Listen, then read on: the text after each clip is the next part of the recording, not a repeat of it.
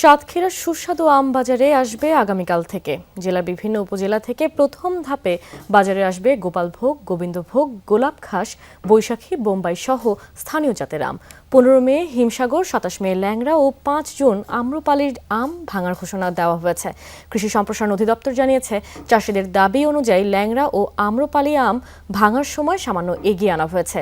এই সময়ের মধ্যে আমের পরিপক্কতা আসবে। অপরিপক্ক আম ভাঙা ও বাজারজাতকরণের বিষয়ে প্রশাসনিক নজরদারি জোরদার করা হয়েছে।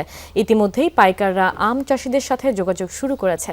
ভালো দামের আশা করছে বাগানীরা। কৃত্রিম পদ্ধতি যাতে আম না পাকানো হয় সেজন্য সতর্ক বার্তা দিয়েছে জেলা প্রশাসন।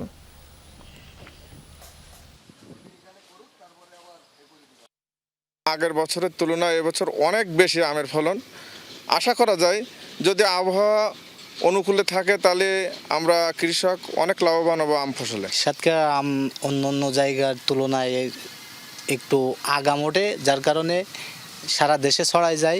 আমাদের যদি উৎপাদন লক্ষ্যমাত্রা আছে, কৃষকরা যদি এটা সুন্দর আবহাওয়া যদি খারাপ না হয় এবং সুন্দরভাবে বাজারজাত করতে পারেন, আমরা আশা করছি যে এই সাতক্ষীরা জেলাতে মাত্র এক মাসে 300 থেকে 350 কোটি টাকার একটা ব্যবসা আমাদের কৃষকরা করতে পারবেন।